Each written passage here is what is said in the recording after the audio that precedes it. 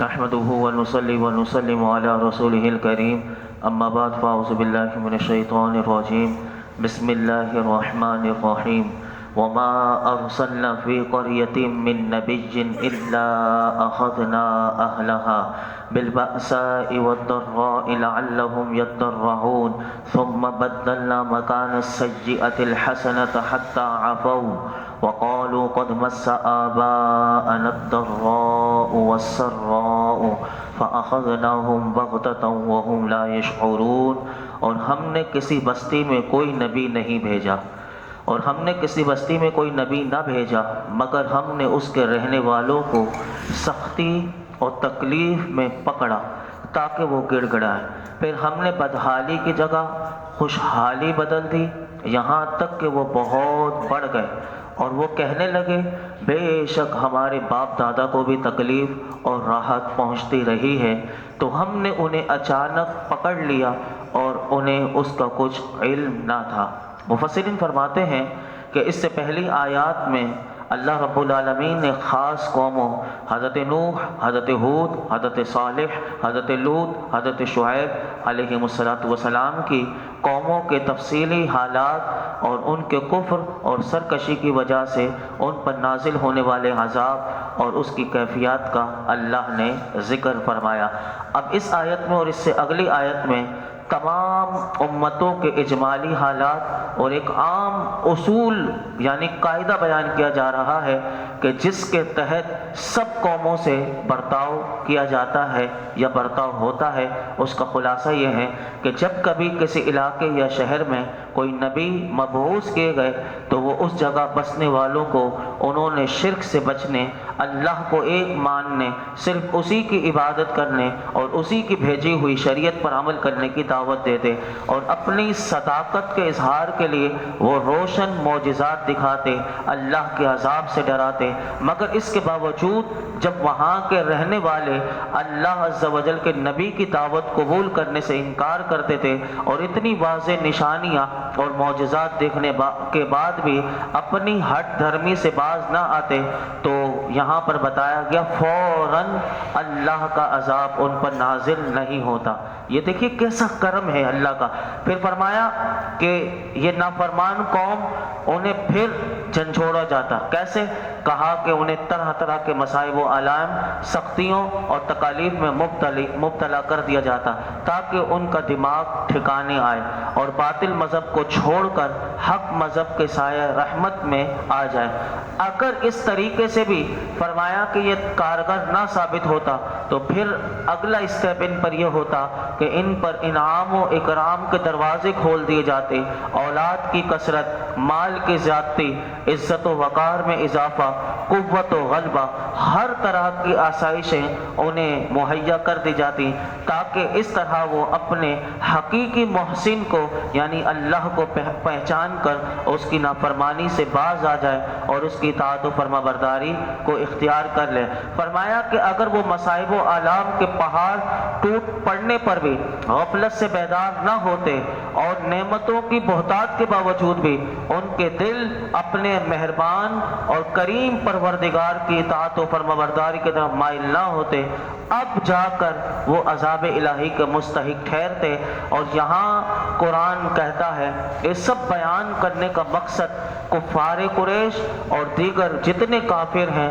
ان سب کو خوف دلانا ہے تاکہ وہ کفر کو چھوڑ دیں اور سرکشی سے باز آ کر اللہ رب العالمین اور اس کے پیارے حبیب کی اطاعت گزار بن جائیں اور فرما بردار بن جائیں۔ اسی آیت میں یہ جملہ بھی آیا کہ جب بے شک ہمارے باپ دادا کو بھی تکلیف اور راحت پہنچتی رہی۔ مفسرین فرماتے ہیں جب نافرمان قومیں مصائب و آلام کا شکار ہوئی تو اس وقت ہونا تو یہ چاہیے تھا کہ وہ ان تکلیفوں اور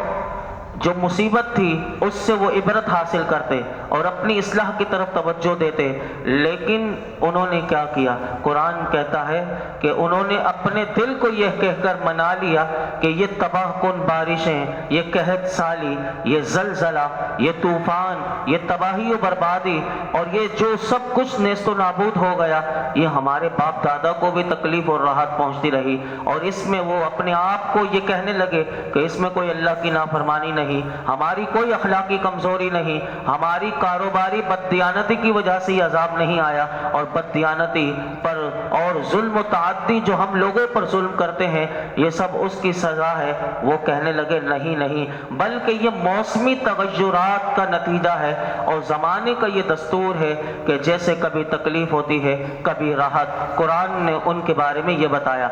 اب ان گزری ہوئی قوموں کے حالات کو جب سامنے رکھتے ہوئے ہم اپنے موجودہ حالات پر اگر غور کریں اور ہم سب بھی مسلمان بحیثیت اپنے گریبان میں جھانک کر دیکھیں، کوشش کریں، تو ہمیں سامنے نظر آتا ہے ایسی کون سی مصیبت ہے کہ جس سے ہم دو چار نہیں ہوئے۔ ابھی بھی چند جیسے آتے رہتے ہیں، طوفان آئے، زلزلے آتے ہیں، سیلاب آتے ہیں، لیکن ان سے عبرت حاصل کرنے کے بجائے بحیثیت قوم کیا کرتی ہے؟ قوم سائنسی تحقیقات پر غور کرنا شروع کر دیتی ہے۔ زلزلہ کیوں آیا؟ اس میں سائنسی تحقیق کیا ہے؟ طوفان کا کیا زلزلہ؟ تو جو لوگ مصیبت میں مبتلا ہونے والے ہوتے ہیں یا جو ہو چکے ہوتے تو ان کا تماشا دیکھا جاتا ہے۔ بقیہ ان چیزوں کو دیکھ کر عبرت حاصل کرنا، توبہ کی طرف رغبت ہونا، اللہ کی طرف رجوع لانا، برے اعمال چھوڑ دینا، نیک اعمال شروع کر دینا، ظلم و ستم چھوڑ دینا، بددیانتی کو چھوڑ دینا، یہ سب کچھ نہیں کیا جاتا۔ بلکہ افسوس اس کی وجہ کیا ہے؟ اس کی وجہ علماء کہتے ہیں کہ ہمارے دل کی سختی کا عالم یہ ہے کہ اگر اب ٹی وی پر پتہ چل جائے کہ طوفان آنے والا ہے، یہ قوم کیا کرتی ہے؟ اللہ سے پناہ مانگنے کے بجائے، اپنے گناہوں سے توبہ کرنے کے بجائے، بلکہ خوشی خوشی ساحل سمندر پر پہنچ جاتی ہے اور وہاں طوفان کا نظارہ کرنے کے لیے، یعنی اتنی ڈھٹائی سے یہ قوم کا یہ ذہن بن گیا کہ وہاں نظارہ کرنے کے لیے پہنچ جاتے ہیں۔ گویا آنے والا طوفان جو ممکن تھا کہ ہو سکتا ہے کہ وہ اللہ کا عذاب ہوتا، لیکن لوگوں نے ان طوفان کو بھی اپنی تفریح کا ذریعہ بنا لیا۔ زلزلہ ہو، سیلاب ہو، اس وقت عبرت پکڑنے کے بجائے اب ٹی وی پر یہ بتایا جاتا ہے، سوشل میڈیا کے ذریعے یہ پتہ چلتا ہے کہ جہاں سیلاب آیا، جہاں زلزلہ آیا اور وہاں جو مصیبت میں تھے تو ان کی جان، مال، عزت، آبرو پر لوگوں نے ڈاکے ڈالے اور ان کی چیزیں چرا کر لے جاتے ہیں۔ یہ قوم ایسی ہو گئی، ان مصیبت کے ماروں کی امداد کے لیے اب کوئی امداد بھی کرنے والے بھی ایسے لوگ معاشرے میں آ گئے کہ پہلے وہ رقص سرور کی محفلیں سجاتے ہیں، بے حیا عورتوں کے ڈانس اور اسی طرح فحش اور گندے گانے سنا کر لوگوں کو چندہ جمع کیا جاتا ہے، یعنی گانے چلا کر اور امداد کے نام پر وہ اس طرح کی بےہودہ حرکتیں کرتے ہیں۔ اللہ رب العالمین ہماری قوم کو عقل سلیم عطا فرمائے۔ میرے آقا کا عمل کیا تھا کہ اگر بادل ہوتے، آندھی وغیرہ آنے والی ہوتی تو میرے آقا کا عمل مبارک یہ تھا، حدیث پاک میں آتا ہے کہ ہماری ماں ام المؤمنین سیدہ عائشہ صدیقہ رضی اللہ تعالی عنہ فرماتی ہیں کہ جب تیز آندھی کو میرے آقا ملاحظہ فرماتے اور جب بادل آسمان پر چھا جاتے تو میرے آقا کے چہرہ اقدس کا رنگ تبدیل ہو جاتا، یعنی تغیر آ جاتا، اور حضور کبھی حجرے میں تشریف لاتے، کبھی حجرے سے باہر تشریف لے جاتے۔ جب بارش ہو جاتی یہ کیفیت ختم ہو جاتی، ہماری ماں فرماتی ہیں کہ میں حضور سے پوچھتی کہ یا رسول اللہ اس کی وجہ کیا ہے کہ جب تیز آندھی آتی ہے آپ کے چہرے کا رنگ بدل جاتا ہے، آپ کبھی اندر آتے ہیں کبھی باہر تشریف لے جاتے ہیں؟ تو میرے آقا کیا جواب ارشاد فرماتے ہیں عائشہ مجھے یہ خوف ہوا کہیں یہ بادل اللہ کا عذاب نہ ہو جو میری امت پر بھیجا گیا ہو۔ آپ پیچھے سن چکے کہ جیسے لوط علیہ السلام پر بادل کیسا آیا تھا اور اس بادل سے آگ کے انگارے برسے تھے اور کیسی وہ بارش ہوئی تھی، وہ تباہ کر دی گئی قوم۔ تو ہمیں بھی ان چیزوں کو مذاق نہیں بنانا چاہیے، اور اگر کوئی ایسا کرے تو ہمیں اسے روکنا چاہیے اور اسے بتانا چاہیے کہیں ایسا نہ ہو کہ اسی بادل سے بارش کے بجائے آگ کے انگارے برسیں، پھر کیا ہوگا؟ گرمی تھوڑی بڑھ جاتی ہے تو ہماری چیخیں نکل جاتی ہیں، نہ اے سی کام کرتے ہیں نہ پنکھے کام کرتے ہیں، پھر بندہ روتا ہے۔ تو اس سے پہلے یہ جو قرآن بیان کرتا ہے اس کا مقصد یہی ہے کہ ہم اپنی اصلاح کر لیں۔ آگے ارشاد فرمایا وَلَوْ أَنَّ أَهْلَ الْقُرَىٰ آمَنُوا وَاتَّقَوْا لَفَتَحْنَا عَلَيْهِمْ بَرَكَاتٍ مِّنَ السَّمَاءِ وَالْأَرْضِ وَلَٰكِنْ كَذَّبُوا فَأَخَذْنَاهُمْ بِمَا كَانُوا يَكْسِبُونَ۔ اور اگر بستیوں والے ایمان لاتے تقوی اختیار کرتے تو ضرور ہم ان پر آسمان اور زمین سے برکتیں کھول دیتے، مگر انہوں نے تو جھٹلایا تو ہم نے انہیں ان کے اعمال کی وجہ سے پکڑ لیا۔ اس آیت میں علماء فرماتے ہیں کہ اللہ رب العالمین نے ارشاد فرمایا اگر بستی والے اللہ پر، اس کے فرشتوں پر، اس کی کتابوں پر، اس کے رسولوں پر، قیامت کے دن پر ایمان لاتے اور اللہ کے رسول کی اطاعت کو اختیار کرتے اور جس چیز سے اللہ اور اللہ کے رسول نے منع کیا اس سے اپنے آپ کو روک دیتے، قرآن بتاتا ہے ضرور ہم ان پر آسمان سے اور زمین سے برکتیں کھول دیتے، ہر طرف سے انہیں خیر پہنچتی اور وقت پر خود بخود نافع اور مفید بارشیں خود بخود ہوتی، زمین سے تمہیں کھیتی ملتی، پھل بکثرت ملتے، رزق کی فراوانی ہوتی، امن و سلامتی رہتی اور آفتوں سے محفوظ رہتے۔ ہم اپنے چند سال پہلے غور کر لیں، کیا یہ ساری باتیں ہمیں حاصل نہیں تھی؟ کیسی برکتیں تھی، کیسی بارش ہو جاتی تھی، کیسا امن و سکون تھا، یہ ساری چیزیں کیا ہوا؟ اس سے پتہ چلا، علماء کہتے ہیں یہ آیت پیغام دے رہی ہے کہ جب ہم متقی ہوں گے، جب ہم نے تقوی کو اختیار کریں گے تو یاد رکھیے کہ دنیا میں بھی برکتیں ملیں گی، آخرت میں بھی برکتیں ملیں گی، اور یہ تقوی جو ہے وہ اللہ کی رحمت کا ذریعہ ہے، کیونکہ اللہ خود ایک مقام پر سورہ طلاق میں فرماتا ہے وَمَن يَتَّقِ اللَّهَ يَجْعَل لَّهُ مَخْرَجًا، جو اللہ سے ڈرے اللہ اسے دنیا اور آخرت کی مصیبتوں سے نکلنے کا راستہ عطا کر دیتا ہے۔ تو یہ اللہ سے ڈرنا چاہیے، اور جو اللہ سے نہ ڈرے تو پھر وہی مصیبتیں آئیں گی۔ دو حدیث مبارکہ میں آپ کے سامنے رکھتا ہوں کہ مصیبت آئے تو ہمارا عمل کیا ہونا چاہیے۔ یہ آیت بتا رہی ہے کہ جب کوئی پریشانی آ جائے، تکلیف آ جائے، مصیبت آ جائے، بندے کو سب سے پہلے اللہ کو راضی کرنے کے لیے وہ عمل کرے تاکہ اللہ راضی ہو، اس کی رحمتیں نازل ہو اور بندے کی حاجت پوری ہو۔ اسی لیے ہمیں کہا گیا بارش نہ ہو تو تم نماز استسقاء پڑھو، نماز استسقاء پڑھو گے اللہ تم پر بارش برسائے گا۔ کبھی گرن لگ جائے نماز کسوف پڑھو، اور اسی طرح میرے آقا کی 2-3 حدیث مبارکہ میں آپ کے سامنے ہمارے لیے اگر ایسی پریشانی ہو تو ہم بھی یہ عمل کریں، یقیناً ہماری پریشانیاں بیماریاں دور ہوں گی۔ سنیے حدیث پاک، حضرت عبداللہ بن عمر رضی اللہ عنہما سے روایت ہے کہ اللہ کے محبوب علیہ السلام نے ارشاد فرمایا یہ دل ایسے زنگ آلود ہوتے رہتے ہیں کہ جیسے لوہا پانی لگنے سے زنگ آلود ہو جاتا ہے۔ عرض کی گئی یا رسول اللہ صلی اللہ علیہ وسلم تو اس دلوں کے زنگ کا سیکل کیا ہے، یعنی اس دلوں کے زنگ کو دور کیسے کیا جائے؟ تو میرے آقا نے فرمایا موت کو زیادہ اور یاد کرنے سے اور قرآن حکیم کی تلاوت کرنے سے، یعنی حضور نے بتا دیا دلوں کو صاف کرنا ہے، موت کو یاد کرو اور قرآن حکیم کو پڑھو، قرآن حکیم کی تلاوت کرتے رہو تو تمہارا دل نرم بھی ہوگا اور تمہارے دل کا کالا پن بھی اور اس کی سختی بھی دور ہوگی۔ حضرت عبداللہ بن مسعود رضی اللہ تعالیٰ عنہ سے روایت ہے کہ اللہ کے محبوب علیہ السلام نے ارشاد فرمایا جو شخص روزانہ رات کو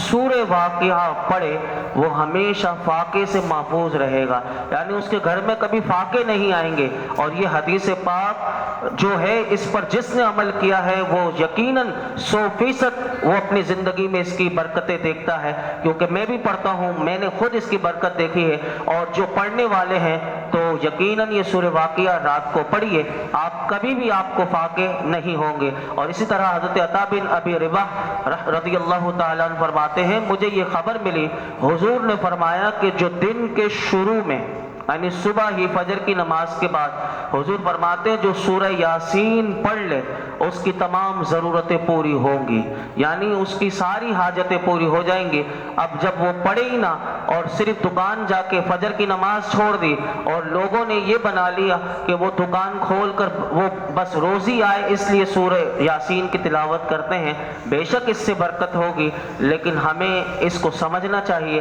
کہ جس وقت میرے آقا نے فرمایا کہ فجر کی نماز پڑھ کے پھر پڑھے تو یقیناً ایک حاجت نہیں، حضور فرماتے ہیں تمام ضرورتیں اس کی پوری ہوں گی۔ تو ہمیں یہ عمل کرنا چاہیے۔ اور اسی طرح اسی آیت میں یہ بھی آیا کہ مگر انہوں نے جھٹلایا، وَلَٰكِن كَذَّبُوا، یعنی ایمان لانے کی صورت میں تو ہم انہیں زمینی آسمانی برکتیں سے نوازتے، لیکن انہوں نے ہمارے محبوب کو اور اللہ کے رسولوں کو جھٹلا دیا تو ہم نے انہیں ان کے اعمال کی وجہ سے عذاب میں گرفتار کر دیا۔ تو پتہ چلا کہ جب بندہ اللہ کا ناشکرہ ہو جائے گا، بدعمالیاں کرے گا تو اس کے رزق کے دروازے بھی بند ہو جائیں گے۔ جب فرما بردار ہوگا یقیناً اللہ کی رحمتیں بھی اسے ملیں گی۔ آگے ارشاد فرمایا أَفَأَمِنَ أَهْلُ الْقُرَىٰ أَن يَأْتِيَهُم بَأْسُنَا بَيَاتًا وَهُمْ نَائِمُونَ أَوْ أَمِنَ أَهْلُ الْقُرَىٰ أَن يَأْتِيَهُم بَأْسُنَا ضُحًى وَهُمْ يَلْعَبُونَ، کیا بستیوں والے اس بات سے بے خوف ہو گئے کہ ان پر ہمارا عذاب رات کو آئے جب وہ سو رہے ہوں، یا بستیوں والے اس بات سے بے خوف ہیں کہ ان پر ہمارا عذاب دن کے وقت آ جائے جب وہ کھیل میں پڑے ہوئے ہو۔ یہاں پر بستی والا جو آپ نے بار بار سنا، اس سے کیا مراد ہے؟ علماء فرماتے ہیں بستیوں والوں سے مراد مکہ مکرمہ ہے اور اس کے آس پاس جو بستی والے ہیں، اور ایک قول اس کا یہ آتا ہے کہ اس سے مراد ہر وہ بستی ہے کہ جنہوں نے کفر کیا اور اللہ کے نبی کو جھٹلایا۔ آیت کا خلاصہ یہ ہے کہ اس آیت میں اللہ کے عذاب سے سب کو ڈرایا جا رہا ہے اور بتایا جا رہا ہے کہ کہیں ایسا نہ ہو کہ تم غفلت میں ہو، اور غفلت کا ٹائم دو ہوتے ہیں، ایک رات کا وقت جب بندہ سو رہا ہوتا ہے وہ غفلت کا ٹائم ہوتا ہے کہ بے خبر ہوتا ہے، اسے کچھ بھی نہیں پتا ہوتا اور سو رہا ہوتا ہے، اور ایک وقت جو دن کا وقت ہوتا ہے جب کھیل رہے ہوتے ہیں۔ تو کہا کہیں ایسا نہ ہو کہ دن کے وقت تم کھیل میں پڑے ہو یا رات کو تم غفلت میں سو رہے ہو اور تم پر اللہ کا عذاب نازل ہو جائے، کیونکہ عذاب الہی اکثر غفلت کے وقت آتا ہے، اور غفلت زیادہ تر وقت رات کے آخری حصے میں ہوتا ہے یا پھر فجر کے بعد جو ٹائم ہوتا ہے جس میں بندہ اکثر سو رہا ہوتا ہے، تو اس وقت بتایا گیا۔ تو اسی لیے اس آیت میں بتایا گیا کہ بندہ اللہ کے عذاب سے ہمیشہ ڈرے اور مسلمان ہمیشہ نیک اعمال کرتا رہے، کیونکہ بار بار اللہ کے عذاب سے ڈرایا گیا۔ ایک حدیث مبارکہ اور ایک قرآن کی آیت بتا کر میں اپنی گفتگو مکمل کرتا ہوں کہ اللہ رب العالمین نے قرآن حکیم میں 4 پارے میں ارشاد فرمایا یا ایھا الذین آمنوا اتقوا اللہ، اور یہ وہ آیت ہے کہ جو خطبے کے نکاح میں بھی ہم سنتے ہیں، نکاح کے خطبے میں بھی یہ آیت آتی ہے اور وہ بار بار ہمیں یہ آیت سنائی جاتی ہے، یا ایھا الذین آمنوا اتقوا اللہ، اے لوگو، اے ایمان والو، اللہ سے ڈرو، حق تقاتہ، جیسا اس سے ڈرنے کا حق ہے، ولا تموتن، اور نہ مرنا، الا وانتم مسلمون، اور ضرور تمہیں موت صرف اسلام کی حالت میں آئے، یعنی ایسا نہ ہو کہ تم بے خیالی میں مر جاؤ اور تمہیں پتہ بھی نہ ہو کہ تم مومن مرے یا کیسے مرے، موت تمہیں آئے تو اس حال میں آئے کہ تم مسلمان تھے اور اس حالت میں آئے۔ اور حضرت انس رضی اللہ تعالیٰ عنہ سے روایت ہے کہ اللہ کے محبوب علیہ الصلوۃ والسلام نے ارشاد فرمایا، اے مسلمانوں کے گروہ، اللہ تبارک و تعالیٰ نے تمہیں جس چیز کی رغبت دی ہے اس میں رغبت رکھو۔ کس چیز کی رغبت دی ہے؟ نیک اعمال کرنے کی رغبت دی ہے کہ یہ کام جو اللہ کو پسند ہے۔ میرے آقا فرماتے ہیں مسلمانوں، جس چیز کی اللہ نے تمہیں رغبت دی ہے اس میں رغبت رکھو، اور جس چیز سے یعنی اپنے عذاب سے، اپنی جھڑک سے، اپنے جہنم سے تمہیں ڈرایا ہے تو اس سے بچو۔ اگر جنت کا ایک قطرہ تمہارے ساتھ دنیا میں ہو جس میں تم اب موجود ہو تو تمہارے لیے اسے اچھا کر دے، اگر جہنم کا ایک قطرہ تمہاری اس دنیا میں آ جائے اور وہ اسے تم فرمایا تو وہ اسے تم پر خراب کر دے۔ یعنی مراد یہ ہے کہ بندہ اگر جنت کے اعمال جو کرنے والے ہیں اگر اس پر عمل کرے تو یقیناً وہ اس کو اور اچھا کر دے گا، اور جہنم والے اعمال اگر وہ کرتا رہے گا تو یقیناً پھر اور بربادی ہوگی۔ معاشرے میں ہم دیکھتے رہتے ہیں، تو ان چیزوں سے ہمیں بچنا چاہیے اور اللہ کا خوف ہمیں ہر وقت پیدا کرنا چاہیے۔ اگلی آیت کل والی جو آ رہی ہے وہ یہی پیغام دے گی کہ اللہ کے خوف سے یعنی اللہ کی خفیہ تدبیر سے بے خوف نہ ہونا، اپنے دلوں میں اللہ کا خوف پیدا کرو۔ نہیں ہے تو کیسے ہونا چاہیے؟ کل سماعت کریں گے۔ اللہ رب العالمین ہمیں غور و فکر کی توفیق عطا فرمائے۔ الحمدللہ رب العالمین، والصلاة والسلام على